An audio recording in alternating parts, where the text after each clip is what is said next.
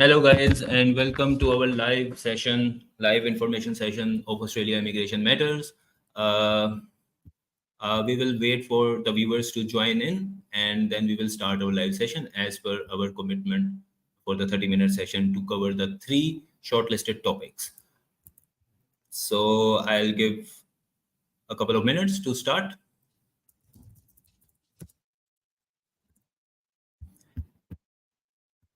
Okay, so before beginning, let me share with you guys that what's the purpose of this session. So this is not a live question and answer session that we will have separately by the end of this month. This session is all about sharing the latest updates about what is happening in Australia with respect to the current financial years, as the current financial year is going to close, and also about the next financial year's updates. And we will also touch upon the EOI points test changes. So let's begin.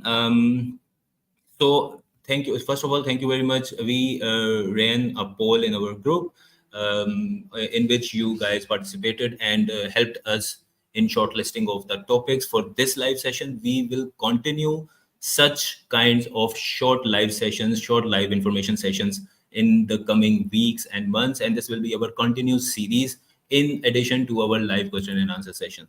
Without further ado, let me share my screen where I have prepared some material for you guys, and we will cover the topics which are shortlisted with your help.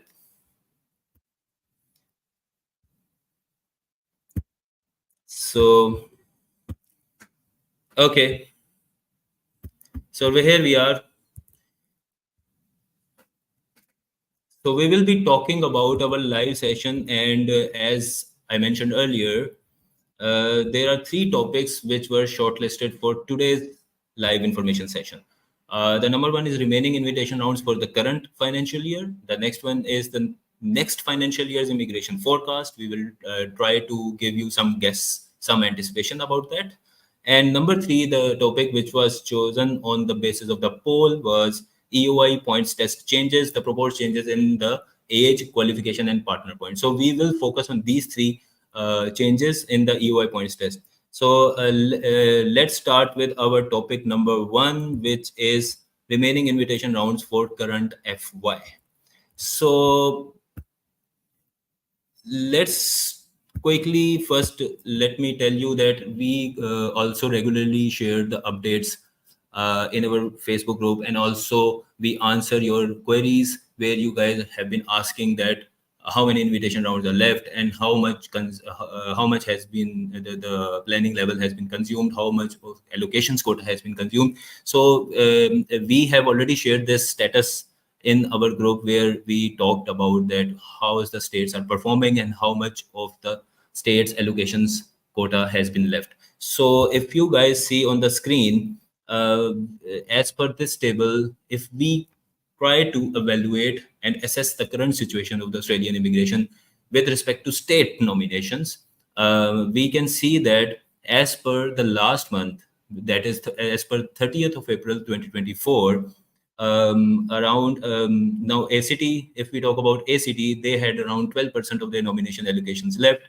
NSW had around 21% of their allocations left for 190. Similarly, Northern Territory, which they have already closed and they are just processing their previous invited candidates. Queensland had 17% of their nominations left by 30th of April, but recently, just yesterday, they have also closed their nomination program for the current financial year, and they will reopen in the next financial year by July or August. South Australia is still continuing with their remaining 10% of the quota, and they typically do not conduct the rounds, and they directly select the EOIs from the pool. Whereas if we talk about Tasmania, they have already almost closed and they are just processing the existing ROIs in their system. Victoria has very, very less, like 2% of their allocations left for the 190. And if we see that they are also processing their existing pre-invited applicants, which they have pre-invited in a couple of months ago, and obviously they will be consuming this 2%. Most probably they can conduct a short round, but it's 50-50. If we talk about Western Australia, they have already closed, and their 1% remaining 190 is just for the processing of the existing pre-invited candidates. So if we see, on the other hand, for the 491 subclass, around 23% of the budget is still remaining with ACT. Now, this is a big number. So it means that there could be chances of invitations in this financial year till next month from ACT for 491. But obviously, it depends upon the Canberra metric scores as compared to the EOI points itself. So you guys can focus towards ACT if you are hoping, or if you are trying to get a nomination or pre-invite from for in the current FY till next month. So ACT will be selecting on the basis of their Canberra metrics. They can conduct another round of Canberra metrics till June, but all depends that how much of the previous rounds candidates are still left to be processed. But 23%, which is around, if we see from the stats, which is around 140, which is around 140 places, are still a high number. So you can expect round from ACT for 491, or a combined round of ACT for 190 and 491 till June. So this is one state which can conduct a round.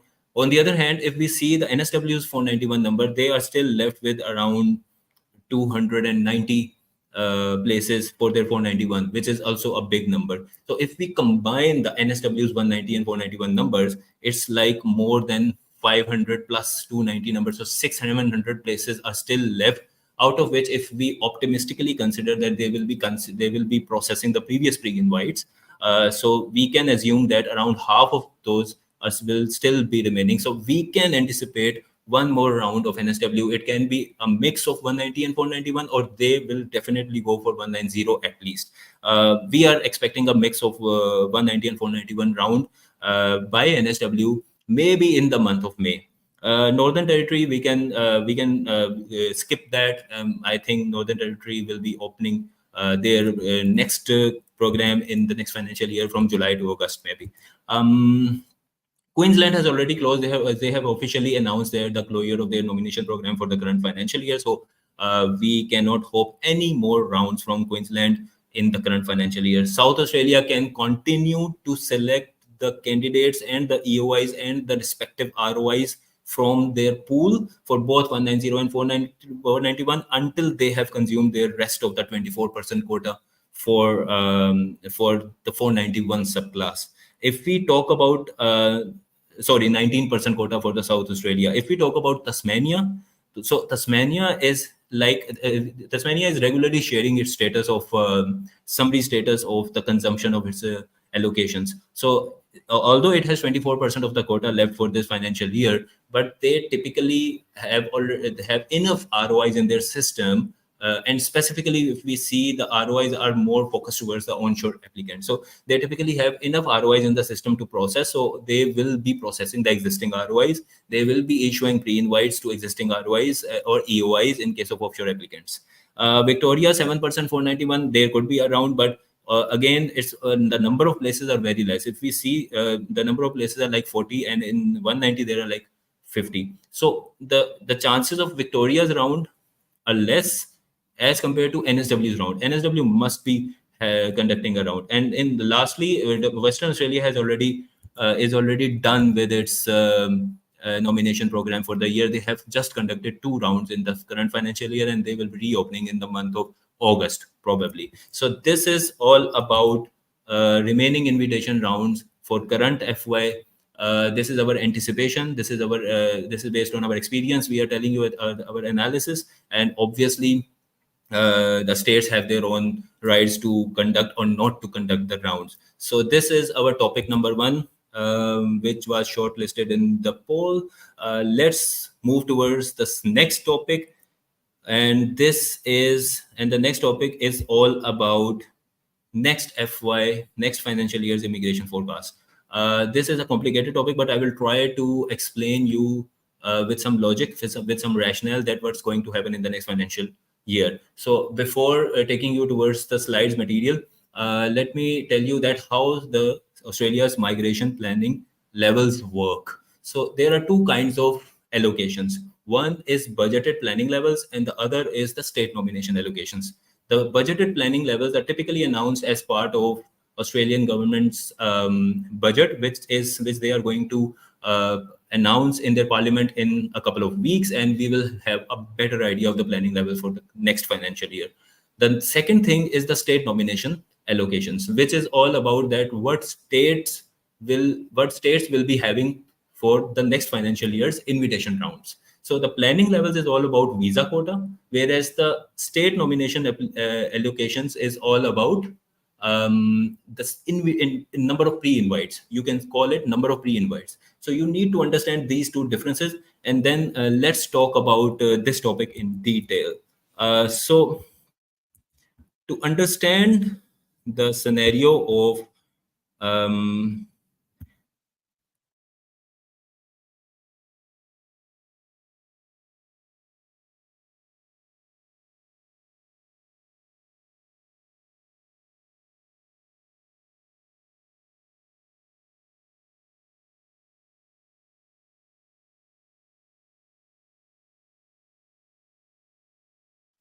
okay, I am not sure that if I'm audible. Uh,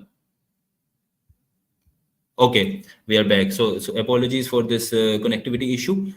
So let's get back to the our material. So what I was telling you that we need to understand that how the current financial year um, how the current financial year is working. So in if we see that in the current financial year, we saw at the start of the financial year that there was a total planning level of 190,000 places, 190,000 places or 190,000 quota for the overall 20 to 2020 for financial year 23 planning levels. So if we see the chart in the image which I have shared, you can see that the out of 190,000, the majority 72% was all about skill visa stream, and the remaining one was for the family visa stream, which was around 52,500. So the blue one, which is family visa stream, 52,500 is all about your partner visa, your family visa, your child visa, your parents visas, and other family visas.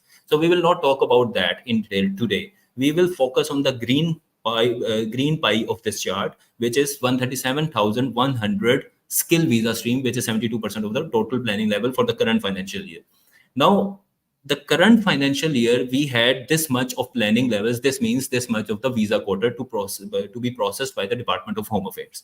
Now, if we continue to see the breakdown of this 137,500 quota for the skill visa stream, we can clearly see that 27% or the majority of this was belonging to employer sponsored. Now it includes all those employer sponsored categories, that is 482 subclass, temporary skill shortage, employer nomination scheme 186 visas. So all are part of this employer sponsored skill visa quota of overall skill visa stream of 190,000 places for the current financial year. Now, the second highest portion of this skill visa stream was skilled independent, which we also called subclass 189. So 22% belong to that. And regional means the 491 subclass, which is around 24%. Then state and territory nominated was all having 22%, which we also call 190.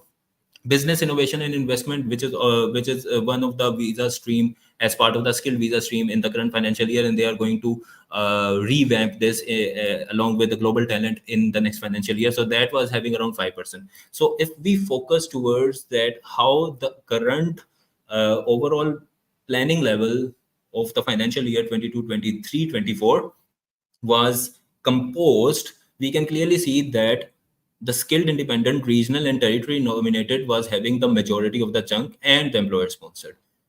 We do not see any student visa or any other postgraduate temporary visas or other graduate temporary visas over here. Now, if we further dig down that how the current financial year planning levels or number of visas are compared to the previous financial year planning levels, in order to understand that how it's going to shape up the next financial year's performance. If we see in the attached image, you can see that let me highlight. Okay. So we can see that the chart which we were seeing currently, these are the numbers which were belonging to this. So 137,100 is the total skill visa category, out of which employer sponsored was around 36,000, skilled independent 189 was around 30,000, regional was all 32,000, which is 491. Skill state and territory nominated was all about 30,400. Business innovation investment was around 1,900 now in the current financial year, and global talent was around 5,000, and there was a distinguished talent stream as well, which was 300. Now, if we compare the composition of these visa categories, which are skill visa categories, to the previous financial year's visa categories, you will see that the difference is not much in all of these, except the business innovation and investment, which they have reduced from 5,000 to 1,900 in the current financial year. And if you also see the total, the total of the 2022 previous financial year planning levels as compared to the current financial year, the difference is around 5,000. So, and we have also witnessed in the previous financial year that the number of invites were raining in the previous financial year.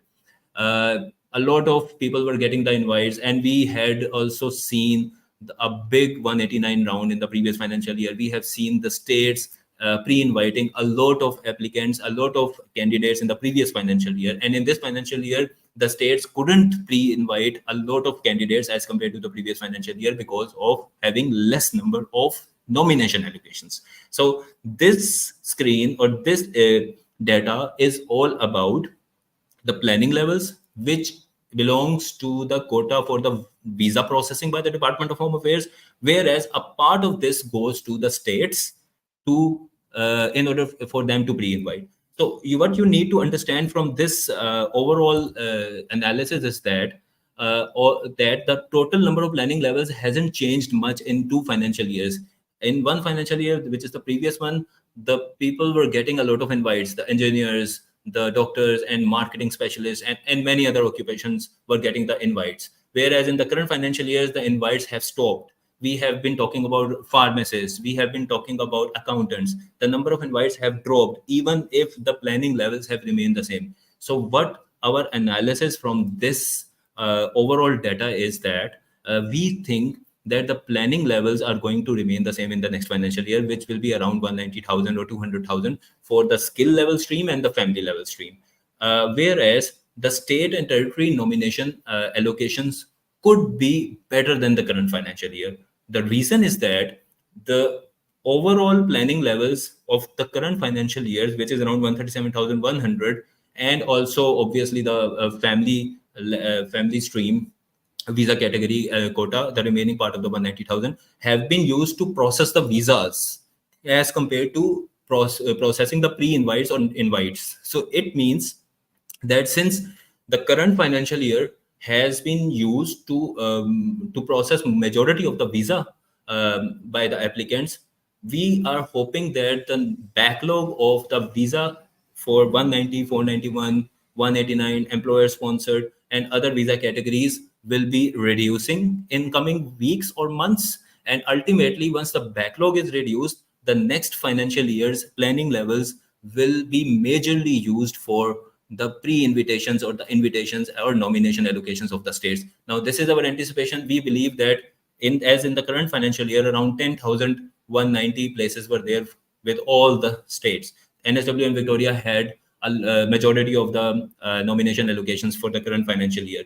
We believe that the other states would also have better nomination allocations in the next financial year, although the ratio of the states for each nomination allocation could remain the same. Now, there is one more important point, that what Australian government is doing is Australian government has already published a discussion paper in the last quarter of the previous calendar year. I think in the month of October or November, they published a discussion paper and asked for consultation from the relevant stakeholders to give them a suggestion or submit their advice about how the next financial year, the 24-25 financial year, should be made in terms of the ideal size and composition. Now, many stakeholders of Australia, which includes Australian Workers Union, Group of Eight, CPA Australia, Universities Australia, Housing Industry Association,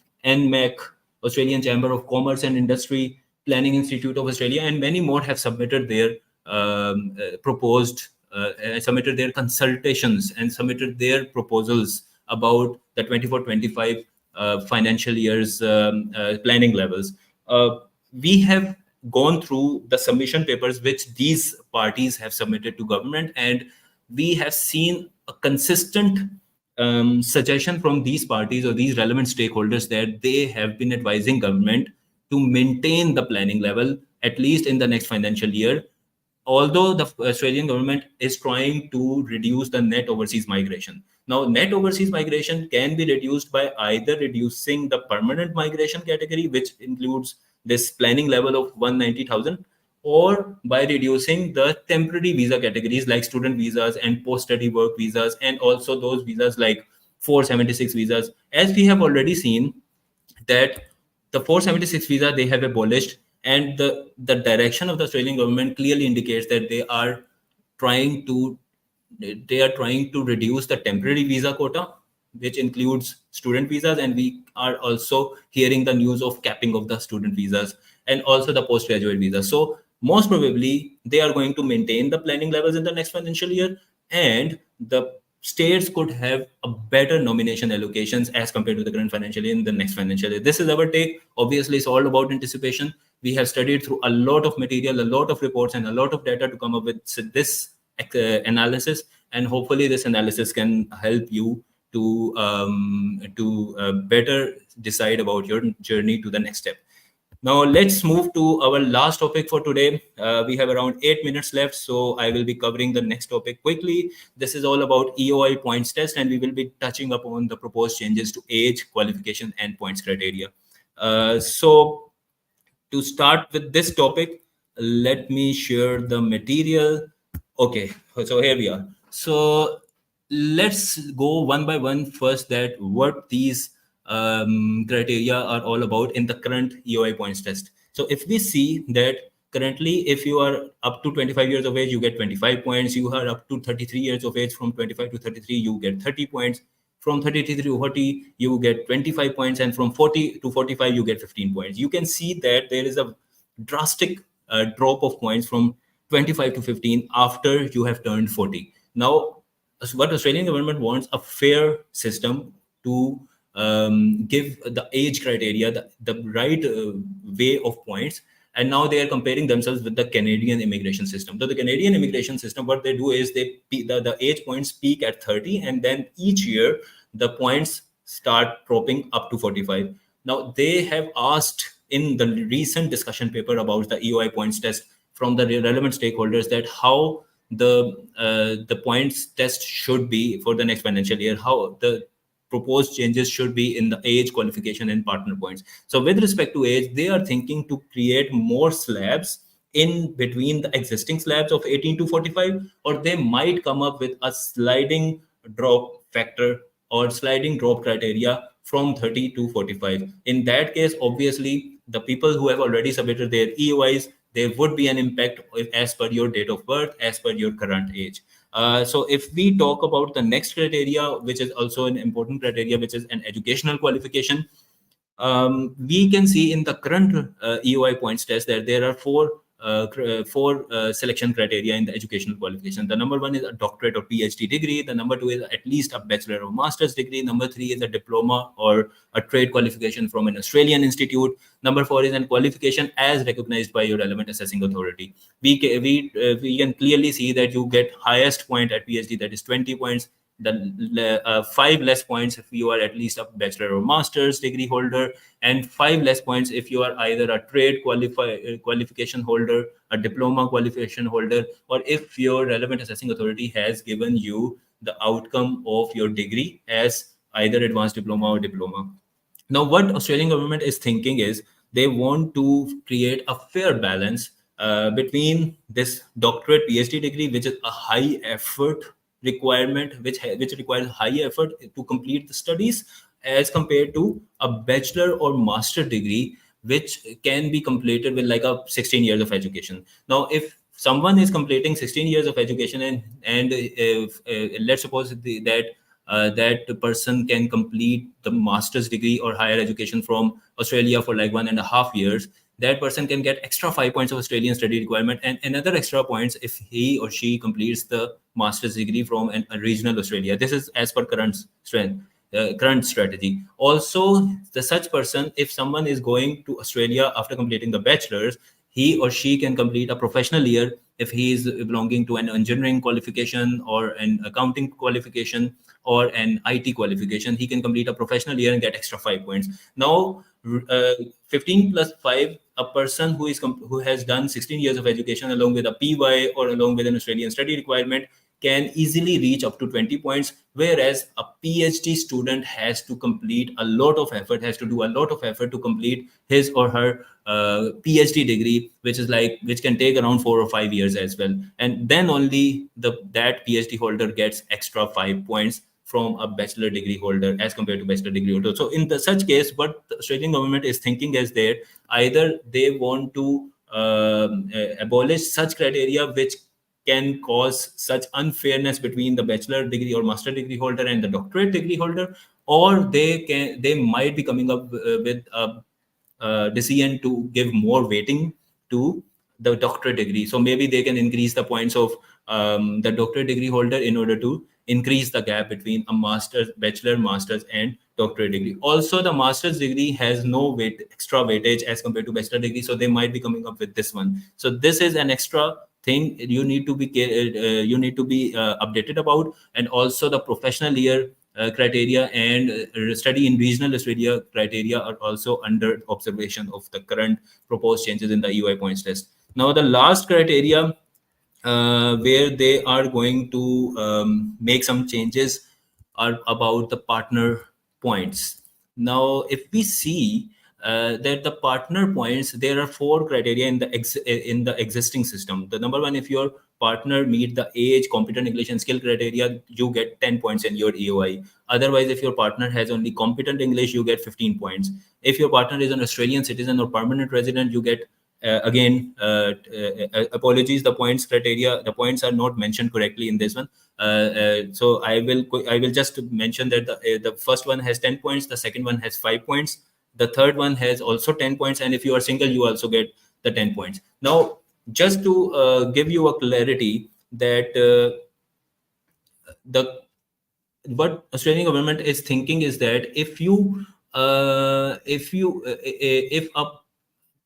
a partner of an applicant is having even a superior English, then also the contribution is just 5 points, even if another applicant has a partner who has scored like competent English. So what they want to give, they are thinking about creating a balance between a better English speaking person as compared to someone who has just competent level or functional level English. So maybe they are thinking that maybe they are thinking to introduce a difference in points contribution in the EOI with respect to the level of English of partner as well. Similarly to the primary applicant, where the primary applicant is getting 0, 10, and 20 points with competent, proficient, and superior English, maybe partners contribution can also be flexible with respect to competent, proficient, and superior English. Similarly, if a partner is a skilled partner and having a work experience and having a positive skill assessment, the difference of points is just 5 points. So they are also thinking that a skilled partner having a superior English can contribute much in their economy as compared to someone who has no skill assessment points, such a partner, and also the partner having competent English. So they want to create a balance of such applicants who have partners having like higher work experience with positive skill assessment along with superior English, so they can increase these points from 5, 10 criteria to maybe 15 or 20. So this is what we are anticipating. So this is the topic number 3. We believe that the EOI points test changes can take some time. Obviously, it's not going to be done overnight. Obviously, the Australian government is trying to get it done quickly, as they want to create a voice with their population that they are doing work, because obviously there is election, there are elections in the next in next calendar year, so they will try to make a lot of changes in the next financial year. So we are hoping that the legislation related to the EOI points test system can be released in by the month of July, and obviously all the IT infrastructure behind the EOI point system can take some time for the changes to happen. With that note, I would like to thank you everyone for watching, and keep following us on our social media channels. We will be definitely coming up with more such contents, more such regular feed with respect to the shortlisted topics in the coming weeks or months, in addition to our live question and answer session. So thank you and goodbye and good luck.